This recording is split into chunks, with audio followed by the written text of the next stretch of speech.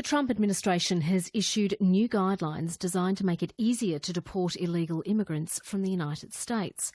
Undocumented immigrants arrested for even minor offences, such as traffic violations, will now be targeted, along with those convicted of more serious crimes. The guidelines don't change existing US laws, but take a much tougher approach towards enforcing them. Anne Barker reports. Donald Trump was talking up the need for national unity when he visited the Museum of African American History and Culture in Washington. This tour was a meaningful reminder of why we have to fight bigotry, intolerance, and hatred in all of its very ugly forms. But Donald Trump's idea of national unity doesn't extend to many of the millions of undocumented immigrants already living in the US without proper papers or visas. Now his administration has issued tough new guidelines to make it easier to kick them out of the country. White House Press Secretary Sean Spicer outlined the changes. Those people who are in this country and pose a threat to our public safety or have committed a crime will be the first to go, and we will be aggressively making sure that that occurs. He denied the move is to facilitate a mass deportation of the 11 million or so illegal immigrants in the US. Nor do they change existing laws, he said.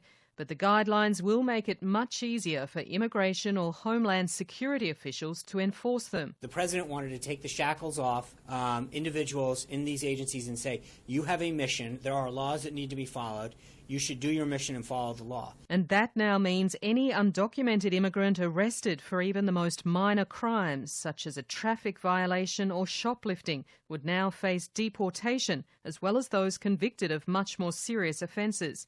It's spread fear in the migrant community, including those who live lawfully other than to have entered the US illegally.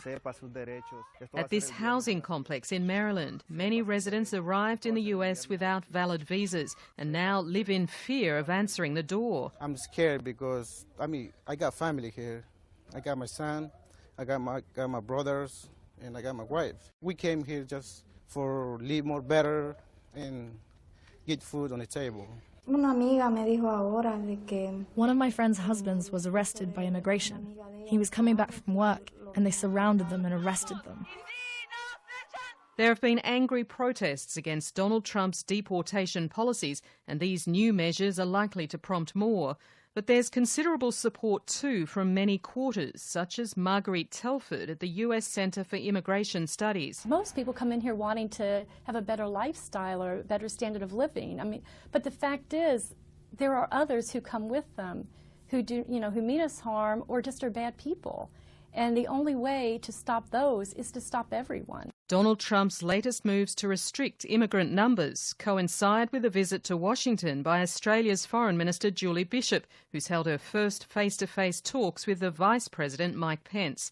And as the US administration talks about deporting illegal immigrants, Mike Pence and Julie Bishop discussed the US agreement to take refugees from the Australian-run detention centre on Nauru. The agreement is progressing and our officials are working together with United States officials to vet the applicants for settlement in the United States. At a press briefing afterwards, the Foreign Minister praised the US for its generosity towards refugees and said she expected that policy to continue.